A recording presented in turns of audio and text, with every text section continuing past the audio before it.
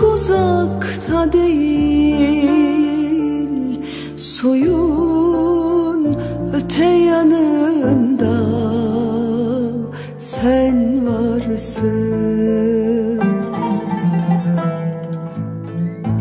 Orada çok uzakta değil, suyun öte yanında sen varsın. Yakın gibi ama değil aslında, görünmez duvarlar örülmüş aramıza.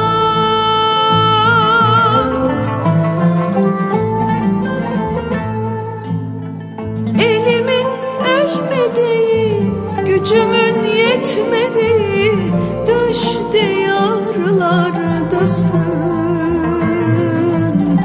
Elimin ermediği, gücümün yetmediği düş diyarlardasın.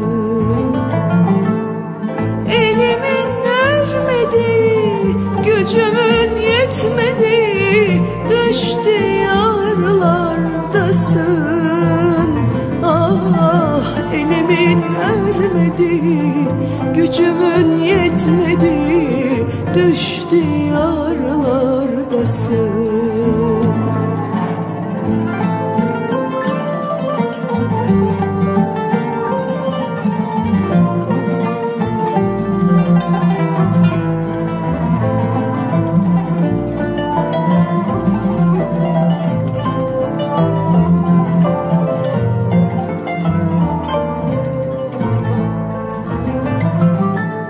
Sevgilim öyle geliyor ki bana, sen ve ben ayrı dünyalarda öleceğiz. Sevgilim öyle geliyor ki bana, sen ve ben ayrı dünyalarda öleceğiz.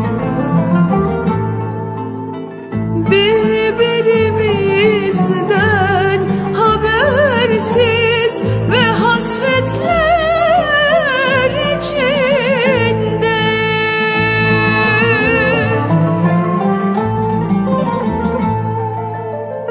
elimin ermediği, gücümün yetmediği düş diyarlardasın. Ah, elimin ermediği, gücümün yetmediği düş diyarlardasın. Elimin ermediği, gücümün yetmediği düş diyarlardasın. Elimin ermediği, gücümün yetmediği düş